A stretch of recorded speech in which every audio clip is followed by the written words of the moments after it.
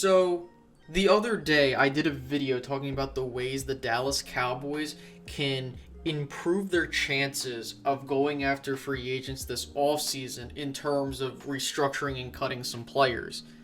And lo and behold, the day later, they managed to get a couple moves to get some more cap space.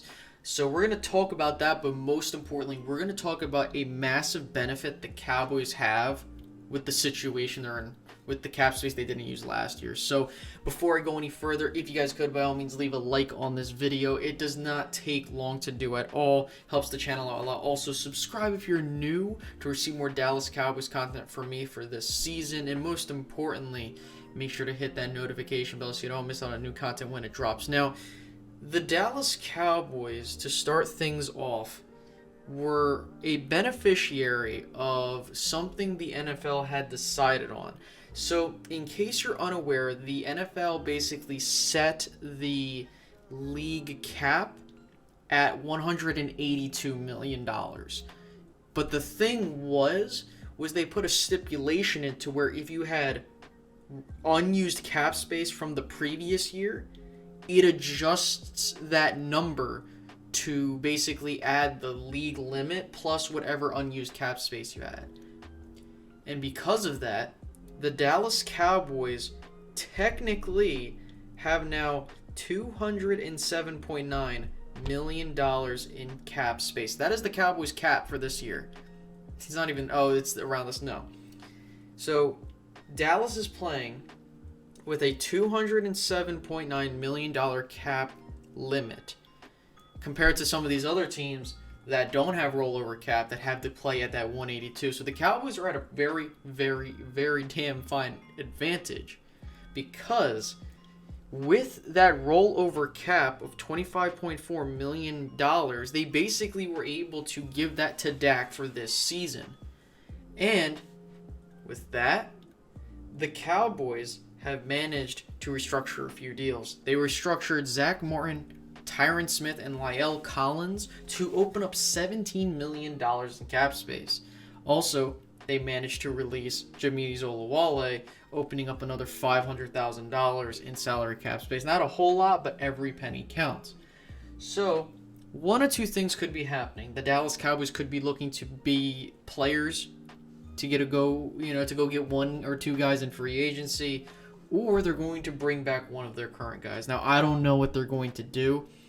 I'm going to go ahead and just leave that up to speculation on what that might happen. But it's important that we have this type of discussion because now the Cowboys could seriously bring back one of their guys, whether it be Cheeto or Jordan Lewis. Me personally, you should try to bring back Cheeto at a nice contract.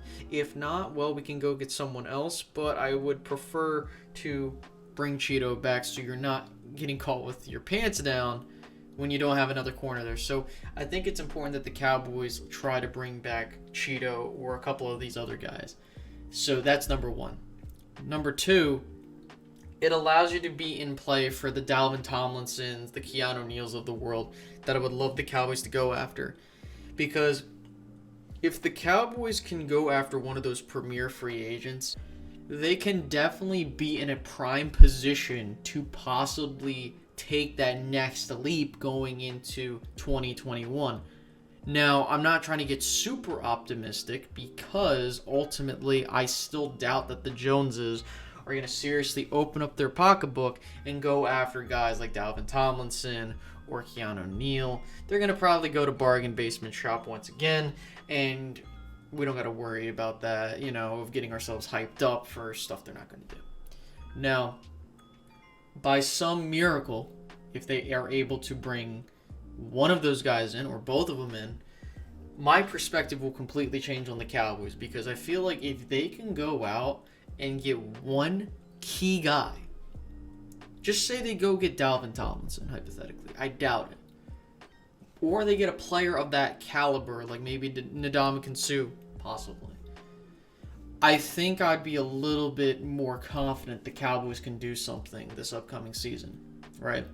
But right now, I kind of doubt it because, again, we're talking about Stephen Jones managing the cap, and we all know what he likes to do. But there could be a possibility he accidentally stumbles into some of these key free agents, because you're starting to see some of these guys, not like Bud Dupree is not going to be back with the Pittsburgh Steelers because they can't afford him because of the cap going down.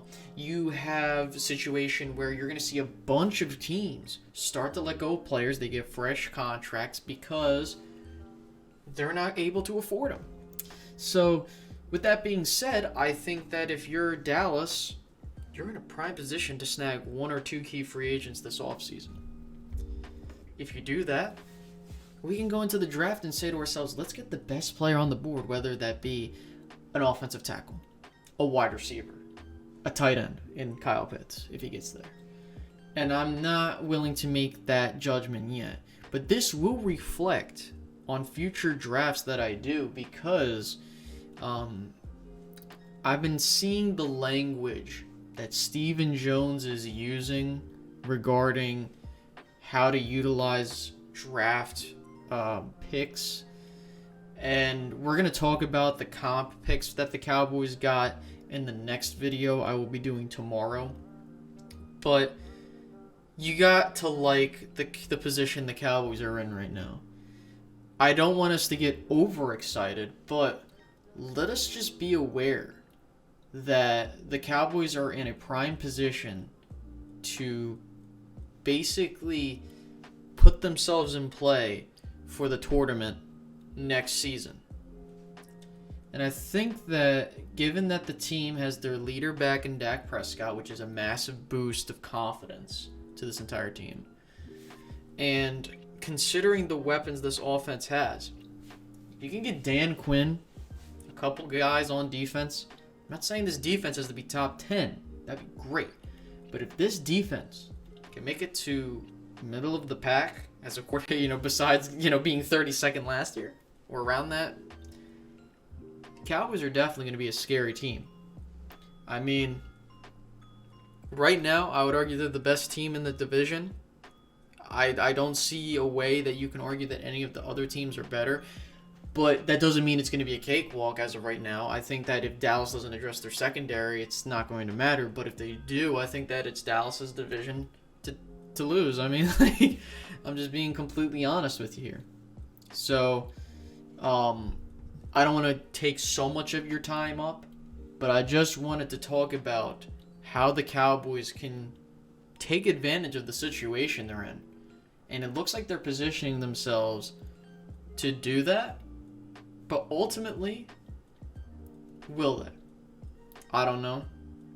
But that's up for the Cowboys to make up their minds on. If they don't, I'm not going to be shocked. I would be shocked if they went and made a play for someone in free agency. But like I said, I don't want to keep you for all your time. So I hope you guys enjoyed this video. By all means, make sure to leave down below a comment on who you would like the Cowboys to go after in this free agency period. I would like to see that. Also, remember to like, subscribe, and hit the notification bell. And I'll check you guys out in the next video. Okay, guys? Have a good one. Bye-bye.